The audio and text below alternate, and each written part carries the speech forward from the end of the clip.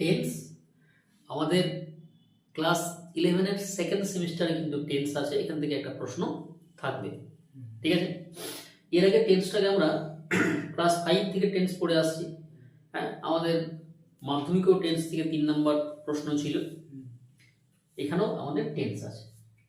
তো টেন্সটা প্রতি ক্লাসেই থাকে, প্রতি ক্লাসে আমরা পড়ি, আবার ভুলে যাই, আবার পড়ি, আবার ভুলি, আবার পড়ি। হ্যাঁ, তো টেন্সটাকে আজকে আমি খুব সহজ করে, খুব সুন্দর করে, এর আগে কিন্তু টেন্সের অনেকগুলো ক্লাস আমি অলরেডি দিয়েছি ইউটিউবে। ঠিক আছে, টেন্সের অনেকগুলো ক্লাস দেওয়া আছে। তো আজকে আমরা কিছু ট্রিক্সের মাধ্যমে, ঠিক আছে, কিছু ট্রিক্সের মাধ্যমে আমরা বোঝার চেষ্টা করবো। এগুলো কিন্তু ট্রিক্স, এগুলো কিন্তু কনসেপ্ট, এগুলো কিন্তু রুলস। ঠিক আছে, আচ্ছা, আমরা গত ক্লাসে পড়েছি যে টেন্স আমাদের মূলত 3টি আছে, প্রেজেন্ট, পাস্ট, ফিউচার, এবং এই 3টিতে 4টি করে ভাগ আছে। সিম্পল প্রেজেন্ট বা বলা হয় present indefinite, present continuous, present perfect continuous. সেভাবে পাস্টেরও ভাগ আছে, simple past, past continuous, past perfect continuous. সেভাবে ফিউচারেরও ভাগ আছে। ঠিক আছে, ফিউচার ইনডেফিনিট, কন্টিনিউয়াস, পারফেক্ট এবং পারফেক্ট কন্টিনিউয়াস। তো আমরা একদম প্রথম থেকে শুরু করি। আমাদের প্রথম টেন্সটা কি? প্রেজেন্ট ইনডেফিনিট, নাকি? প্রেজেন্ট ইনডেফিনিট, বা এটাকে সিম্পল প্রেজেন্টও বলা হয়। কি বলা হয়? সিম্পল প্রেজেন্টও বলা হয়। আচ্ছা, এর স্ট্রাকচার কি? আমরা পড়েছি subject, verb plus object. S বা ইএস হয় তখন যদি সাবজেক্টটা আমাদের থার্ড পারসন সিঙ্গুলার নাম্বার হয়। এরপর কথা হচ্ছে যে এই যে সিম্পল প্রেজেন্ট টেন্স, আমরা বুঝবো কি করে সিম্পল প্রেজেন্ট টেন্স? দেখ, এই ওয়ার্ডগুলো তোরা একটু মাথায় রাখবি। যদি কোনো সেন্টেন্সে daily, regularly, every day, sometimes, always, never, frequently, যদি এই শব্দগুলো থাকে, যদি সেন্টেন্সে এই শব্দগুলো থাকে, কি কি? Daily, regularly, every day, sometimes, always, never, frequently, যদি এই শব্দগুলো থাকে তখন কোন টেন্স হয়? সিম্পল প্রেজেন্ট টেন্স হয়। ঠিক আছে, আচ্ছা, এই ক্লাসটা কিন্তু শুধু ক্লাস 11 সেকেন্ড সেমিস্টার জন্য নয়, এটা যে কোনো ক্লাসে দেখতে পারো। ক্লাস 5 থেকেও কিন্তু, যদি কেউ ক্লাস 5 থেকে থাকো তারাও কিন্তু দেখতে পারো, এখান থেকে তোমরাও কিন্তু শিখতে পারবে, কারণ টেন্সটা এইভাবেই শেখা উচিত। ঠিক আছে, ফলে এটা সব ক্লাসের জন্য কিন্তু। হ্যাঁ, তাছাড়া যদি চিরসত্য হয়, কি হয়? চিরসত্য, ইটারনাল ট্রুথ। যেমন ধর আমি বললাম যে the sun rises in the east, এটা কি? এটা চিরসত্য। তাহলে কোন টেন্স হলো? Simple present tense. বা যদি অভ্যাসগত কাজ বোঝায়, তাহলে আমি বললাম যে I take tea every morning, এটা আমার কি কাজ? অভ্যাসগত কাজ, তখনও কিন্তু সিম্পল প্রেজেন্ট টেন্স হবে। ঠিক আছে, এটা গেল আমার চিরসত্য, আর এটা হচ্ছে আমার অভ্যাসগত কাজ। ঠিক আছে, ফলে এই শব্দগুলো আমরা একটু প্রত্যেকে মাথায় রাখবো। ঠিক আছে, এই শব্দগুলো প্রত্যেকে মাথায় রাখবো। কি কি? আবারও বলি, daily, regularly, every day, sometimes, always, never, frequently, যদি সেন্টেন্সে এই শব্দগুলো থাকে তখন সেটা সিম্পল প্রেজেন্ট টেন্স হবে। স্ট্রাকচার আমি লিখে দিয়েছি। ঠিক আছে, যদি চিরসত্য হয়, the sun rises in the east, ঠিক আছে, the sun sets in the west, honey is sweet, যেগুলো চিরসত্য বা জেনারেল ট্রুথ, কোন টেন্স হবে? সিম্পল প্রেজেন্ট টেন্স হবে। বা যদি কোনো অভ্যাসগত কাজ হয়, হ্যাবিচুয়াল অ্যাক্ট বলা হয় ইংরেজিতে, তখন কোন টেন্স হবে? সিম্পল প্রেজেন্ট টেন্স হবে। ক্লিয়ার? প্রেজেন্ট কন্টিনিউয়াস, আমাদের 2 নম্বর টেন্স কি? Present continuous. কন্টিনিউয়াস মানে কি? যে কাজটা চলছে, কন্টিনিউ, কন্টিনিউয়াস মানে না, কন্টিনিউ কর, কন্টিনিউ মানে কি? যে কাজটা মুভিং। এরপর এখানে কি আছে? Present continuous. প্রেজেন্ট, প্রেজেন্ট মানে কি? বর্তমান, যে কাজটা বর্তমানে চলছে, এখন চলছে। তাহলে যে কাজটা বর্তমানে চলছে সেটা কি tense? Present continuous tense. Structure কি? সাবজেক্ট প্লাস অ্যামিজার, ভার্বের সঙ্গে আইএনজি যোগ হবে, প্লাস কি হবে? অবজেক্ট হবে। ঠিক আছে? এরপর কথা হচ্ছে, যদি সেন্টেন্সে নাও বা রাইট নাও কথাগুলি থাকে তখন সেটা প্রেজেন্ট কন্টিনিউয়াস টেন্স হয় বেশিরভাগ ক্ষেত্রে। সব সময় হবে তার কোনো কিন্তু মানে নেই। যদি সেন্টেন্সে নাও বা রাইট নাও কথাটি থাকে এবং কাজটা যদি চলছে এইরকম যদি বোঝায় তখন সেটা হবে প্রেজেন্ট কন্টিনিউয়াস টেন্স। ঠিক আছে? কি থাকলে? নাও বা রাইট নাও। যেমন ধর আমি যদি একটা এক্সাম্পল দিই যে উই আর রিডিং ইংলিশ নাও, অর্থাৎ আমরা এখন ইংরেজি পড়ছি। এই যে নাও শব্দটা আছে, কাজটা চলছে, প্রেজেন্ট কন্টিনিউয়াস টেন্স। আচ্ছা, they are coming here right now, তারা এখন এখানে আসছে, রাইট নাও। ঠিক আছে? কোন টেন্স? Present continuous tense. ঠিক আছে? ক্লিয়ার? এখানে কিন্তু একটু আমরা শিখব যে নাও বা রাইট নাও থাকলেও সবসময় কিন্তু প্রেজেন্ট কন্টিনিউয়াস টেন্স হয় না। অর্থাৎ কিছু কিছু ভার্ব আছে যেগুলো কিন্তু কন্টিনিউয়াস টেন্সে হয় না। খুব ইম্পর্টেন্ট কিন্তু কিছু কিছু ভার্ব আছে যেগুলো আমরা কিন্তু সাধারণত কন্টিনিউয়াস টেন্সে লিখতে পারি না। ঠিক আছে? যেমন ধর love, hate, understand, think, hope, no.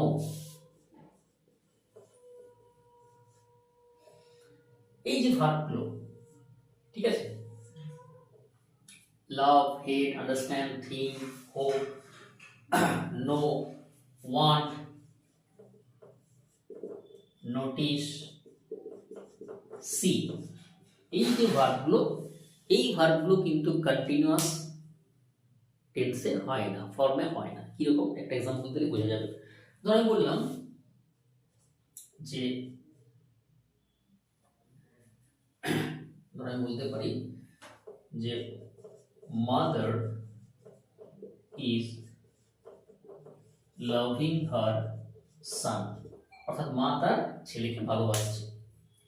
দেখ, ভালোবাসছে ব্যাপারটা নয়, কি হবে? ভালোবাসে। মানে এটা সবসময় প্রেজেন্ট টেন্সে হয়। ঠিক আছে? আই এম লাভিং হার, আমি তাকে ভালোবাসি। লাভিং নয়, কি হবে? I love, love her. She loves me, সে আমাকে ভালোবাসে। তাহলে এই যে লাভ, হেট হবে না। আমি একটি কলম চাইছি, আমি এখন একটি কলম চাইছি। যদি আমি এইভাবে লিখি যে I am wanting a pen now. দেখ, একটু আগে আমরা শিখলাম যে নাও থাকলে প্রেজেন্ট কন্টিনিউয়াস হয়, কিন্তু এখানে হবে না, কারণ ওয়ান্টিং, এই যে এই ভার্বগুলো মনে রেখে দিবি। ঠিক আছে? Love, hate, understand, think, hope, know, want, notice, see, এই ভার্বগুলো কিন্তু কন্টিনিউয়াস টেন্সে হয় না। ঠিক আছে? আমরা পাখি, ধরে এরকম লিখলাম যে we are Singh the birds, হবে না, ভুল এটা। ঠিক আছে? এটাও ভুল। তাহলে এখানে আমরা কি লিখবো? এই আগেরটা এখানে শুধু ওয়ান্ট লিখবো, আই ওয়ান্ট এ পেন। এখানে কি লিখবো? সি লিখবো। ঠিক আছে? খুব ইম্পর্টেন্ট কিন্তু এগুলো আমাদের লেখার ক্ষেত্রে, বলার ক্ষেত্রে, ঠিক আছে, টেন্স করার ক্ষেত্রেও কিন্তু ব্যাপকভাবে কাজে লাগে। ফলে এইগুলো আমরা মাথায় রাখি, ঠিক আছে। প্রেজেন্ট পারফেক্ট, এরপর চলে আসি আমরা প্রেজেন্ট পারফেক্ট। আচ্ছা, প্রেজেন্ট পারফেক্ট মানে কি? প্রেজেন্ট পারফেক্ট মানে হচ্ছে যে কাজটা শেষ হয়ে গেছে কিন্তু তার ফল বা প্রভাব এখনো বর্তমান। আরো সহজ করে যদি বলি, যে কাজটা করা এবং বলার মধ্যে খুব একটা কিন্তু ফারাক নেই, ঠিক আছে। খেয়েছিস, করেছিস, লিখেছিস, পড়েছিস, এই যে মানে আমি তোকে বলছি খেয়েছিস, ভাত খেয়েছিস, মানে খেয়েছিস মানে কি কিছুক্ষণ আগে ঘটা কাজ। এই তোকে পড়তে বলেছিলাম, পড়েছিস, লিখেছিস, এই যে মানে কাজটা করা এবং বলার মধ্যে খুব একটা কিন্তু ফারাক থাকিবে না, ঠিক আছে, খুব একটা ফারাক কিন্তু থাকবে না। সেই ক্ষেত্রে কি হয়? প্রেজেন্ট পারফেক্ট টেন্স, ঠিক আছে। স্ট্রাকচার কি? Subject, have, has, V3, object, ঠিক আছে। এই যে হ্যাজ এর পরে কি বসবে? ভার্বের থার্ড ফর্ম। আচ্ছা, যদি সেন্টেন্সে just, just now, recently, yet এই কথাগুলি থাকে তখন সেটা প্রেজেন্ট পারফেক্ট হবে। কি বললাম? যদি সেন্টেন্সে just, just now, recently, yet, এবং যদি সেন্টেন্সে ইয়েট থাকে তখন সেন্টেন্সটা কিন্তু নেগেটিভ হয়। মাঝে রাখবে, সেন্টেন্সে কি হয়? নেগেটিভ হয়, ঠিক আছে। যেমন ধরো বললাম যে he has not done his work yet, অর্থাৎ সে এখনো তার কাজটা করেনি। দেখো নেগেটিভ হয়ে গেল। আচ্ছা, আমরা বলতে পারি we have visited Taj Mahal recently. Recently মানে কি? মানে খুব বেশি দিন হয়নি আমরা তাজমহল ঘুরে এসেছি, ঠিক আছে। আমরা বললেন যে সে এই মাত্র এসছে, he has come just now, he has come just now, এই মাত্র এসছে, তখন সেটা কোন টেন্স হয়? প্রেজেন্ট পারফেক্ট টেন্স হয়। প্রেজেন্ট পারফেক্ট কন্টিনিউয়াস আমাদের 4 নাম্বার টেন্স, প্রেজেন্টের 4 number tense present perfect continuous, ঠিক আছে। আচ্ছা, এই টেন্সটা তো বোঝার আছে। প্রেজেন্ট পারফেক্ট কন্টিনিউয়াস আমরা যদি একটু ভালো করে বুঝি, এই টেন্সটিতে কিন্তু 3টি সময়ে বর্তমান, মানে 3টি সময়ে আছে। দেখ, নাম থেকে বুঝতে পারছি, প্রেজেন্ট পারফেক্ট কন্টিনিউয়াস। প্রেজেন্ট মানে কি? বর্তমান। পারফেক্ট মানে কি? যে কাজটা হয়ে গেছে অলরেডি। কন্টিনিউয়াস মানে কি? চলছে, ঠিক আছে। এরপর দেখ, আমি একটা এক্সাম্পল দিই, তাহলে বুঝতে পারবি। তাহলে আমি বললাম, আমি বাংলায় দিচ্ছি যে আমরা 1 ঘন্টা ধরে ইংরেজি পড়ছি। হ্যাঁ, আমরা এক্সাম্পল ধরে একটু বুঝি, তাহলে বুঝতে সুবিধা হবে। যে আমরা 1 ঘন্টা ধরে ইংরেজি পড়ছি, আমরা 1 ঘন্টা ধরে ইংরেজি পড়ছি। এবার ধর এখন বাজে 10টা, ঠিক আছে। এখন পর সময় বলছি, এখন ঘড়িতে বাজছে 10টা, 10 AM, ওকে। এরপর দেখ, এখন 10টা কি আমার কাছে বর্তমান, এখন কটা বাজছে? 10টা, মানে 10 AM, এটা হচ্ছে আমার কাছে বর্তমান। এরপর আমি বলছি যে আমরা 1 ঘন্টা ধরে ইংরেজি পড়ছি, তাহলে এর আগের 1 ঘন্টা 9টা। আচ্ছা, ধর এই কাজটা কিন্তু চলবে 11টা অবধি, এটা বলা নেই। এরপর দেখ, তাহলে কাজটা শুরু হয়েছে কখন? 9টা, তাহলে 9টা কি পাস্ট, তাই তো? আচ্ছা, এখন চলছে প্রেজেন্ট 10টা, এটা হচ্ছে আমার প্রেজেন্ট।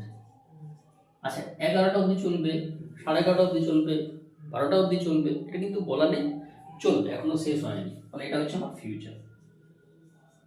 তাহলে আমরা যদি ভালো করে দেখি, এখানে কিন্তু 3টি সময়েই বর্তমান। আমি যখন জিনিসটা বলছি, তাহলে আমরা কিভাবে এটাকে মনে রাখবো? যে কাজটা শুরু হয়েছে আগে, মানে কি অতীতে, শুরু হয়েছে 9টায়, এখনো চলছে, মানে বর্তমান, ভবিষ্যতেও চলতে পারে, পরেও চলতে পারে, সেক্ষেত্রে হচ্ছে প্রেজেন্ট পারফেক্ট কন্টিনিউয়াস টেন্স। ঠিক আছে, এর স্ট্রাকচার কি হবে? তোরা কত ক্লাসে পড়েছিস এর structure?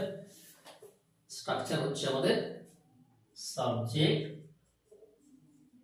have, has, been, verb plus ing plus object, for বা since plus time phrase। ঠিক আছে, এরপর যদি এটাকে আমরা ট্রান্সলেট করি ইংরেজিতে, যে আমরা 1 ঘন্টা ধরে পড়ছি, তাহলে আমরা উই, এরপর উই এর পরে যারা আমরা জানি যে হ্যাভ বসে, তাহলে উই হ্যাভ বিন রিডিং, কি পড়ছি? অবজেক্ট কি? ইংলিশ। 1 ঘন্টা ধরে, ফর অ্যান আওয়ার। ক্লিয়ার? এখানে একটা বোঝার আছে যে এই যে ফর বসলো, সিন্স কেন বসলো, এই দুটো জায়গায় বোঝার আছে। ঠিক আছে, ধর এটা কিন্তু আমি এইভাবে বলি যে আমরা সকাল থেকে ইংরেজি পড়ছি, আমরা সকাল থেকে ইংরেজি পড়ছি, তখন কিন্তু হবে সিন্স মর্নিং। তখন কি হবে? Since morning. ঠিক আছে, ফর এবং সিন্স। আচ্ছা, ফর এবং সিন্সটা একটু বুঝে নিই আমরা, যে কোথায় আমরা ফর ইউজ করবো আর কোথায় সিন্স ইউজ করবো, এটা বুঝছি। ফর এবং সিন্স, দেখ এই যে ফর, এটা হচ্ছে আমার পিরিয়ড অফ টাইম, ফরটা পিরিয়ড অফ টাইম আর সিন্স হচ্ছে পয়েন্ট অফ টাইম। কারণ এখানে অনেকের আমি দেখেছি একটু প্রবলেম হয়, আমি যখন পড়তাম আমারও প্রবলেম হতো। ঠিক আছে, অনেক পরে গিয়ে এটা, মানে ছাত্র থাকাকালীন অনেক পরে গিয়ে আমার এটা সলভ হয়েছে।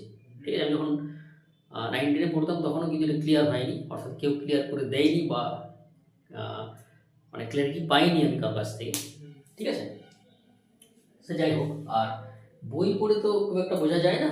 হ্যাঁ, ইংলিশ গ্রামার পড়ে কেউ কোনো ছাত্র বা ছাত্রী ইংরেজি শিখতে কিন্তু পারে না, মানে আমার এক্সপিরিয়েন্স থেকে বলছি, যতক্ষণ না সে একজন ভালো টিচার বা একজন ভালো গাইড পায়। ফলে বই তো থাকবেই, তার সাথে একজন টিচার যদি ভালো থাকে, তাকে বুঝিয়ে দেবে আর কি, তবে সেটা আরও ভালো হয়। দেখ, ফর, ফর হচ্ছে পিরিয়ড অফ টাইম, আমরা বাংলায় বলতে পারি অনির্দিষ্ট সময়। কি বলবো? অনির্দিষ্ট সময়। ঠিক আছে, আর সিন্সটা বলবো নির্দিষ্ট সময়। এরপর এই যে অনির্দিষ্ট এবং নির্দিষ্ট কি জিনিস, আমরা একটু আগে বললাম যে আমরা 1 ঘন্টা ধরে ইংরেজি পড়ছি। 1 ঘন্টা কি সময়? এটা কিন্তু অনির্দিষ্ট সময়, কারণ যে কোনো 1 ঘন্টা হতে পারে, সেটা 10টা থেকে 11টা হতে পারে, 11 থেকে 12টা হতে পারে, 8টা থেকে 9টা হতে পারে। তাহলে সময়টা কি? অনির্দিষ্ট। আর আমি বলছি সকাল থেকে পড়ছি, নির্দিষ্ট হয়ে গেল, তখন কিন্তু সিন্স। এবং সিন্সে একটা স্টার্টিং পয়েন্ট থাকে। কি থাকে? একটা স্টার্টিং পয়েন্ট থাকে, মানে শুরুটা থাকবে। কিন্তু আমি আরেকটা এক্সাম্পল দিই, তাহলে আরো ক্লিয়ার হয়ে যাবে। আমি বললাম যে আই হ্যাভ বিন লিভিং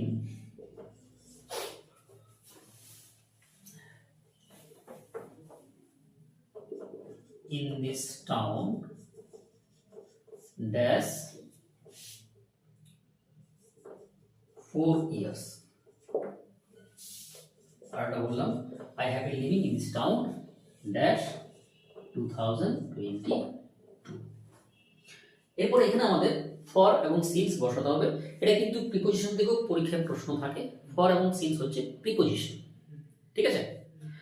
এরপর দেখ 4 বছর, তাহলে 4 বছর মানে কোন 4 বছর? যে কোনো 4 বছর হতে পারে, হতে পারে না?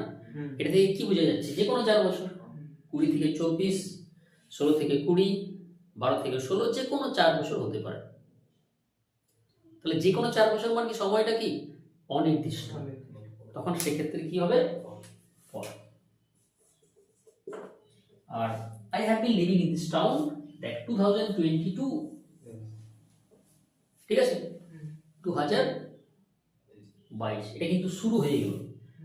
আমি 2022 থেকে থাকছি, একদম পয়েন্ট হয়ে গেল, এটা হচ্ছে না? It's a point of time, অর্থাৎ কাজটা শুরু হচ্ছে 2022 থেকে, স্টার্টিং পয়েন্ট হয়ে গেল। সেক্ষেত্রে কি হবে?